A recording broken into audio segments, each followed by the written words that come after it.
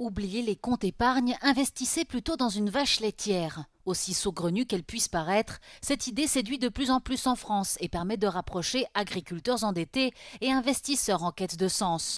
À Beaupont, dans l'Ain, Justine Chêne, éleveuse de 34 ans, s'occupe de 160 vaches, dont 40 ont été financées par des particuliers via Maille Marguerite, un placement commercialisé par la société Élevage et Patrimoine, qui remet depuis quelques années le bail à cheptel au goût du jour. Le fait de travailler avec Maille Marguerite nous permet de diminuer notre endettement et on a du mal à se dire, à prévoir ce qui va se passer dans les 5 ans à venir, donc autant être prudent.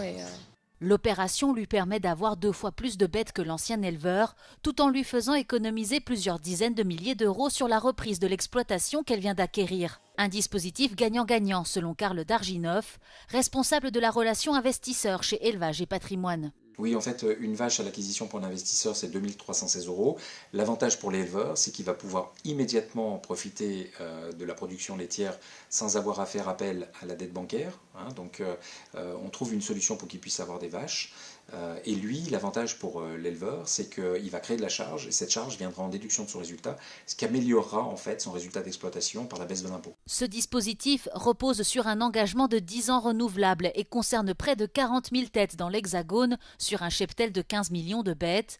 Il compte aujourd'hui plus de 5 000 investisseurs et un millier d'éleveurs partenaires. Lionel Cotin, cadre immobilier de 50 ans, est très satisfait. Il voit dans ce dispositif un risque moindre par rapport à d'autres placements et l'occasion de faire une bonne action. C'est quelque chose qui est très parlant, bien plus que des choses qu'on ne peut pas toucher du doigt. Moi, l'histoire des vaches, ça m'a plu parce que j'ai vu tout de suite de quoi on parlait. Et comme en plus on est dans des moments où l'agriculture est un petit peu en difficulté, je me suis dit, tiens, le système n'a pas l'air trop mal fichu. Ce dispositif, pratiqué depuis le Moyen-Âge et répandu aux États-Unis, en Australie ou encore en Belgique, est disponible en France depuis 1972.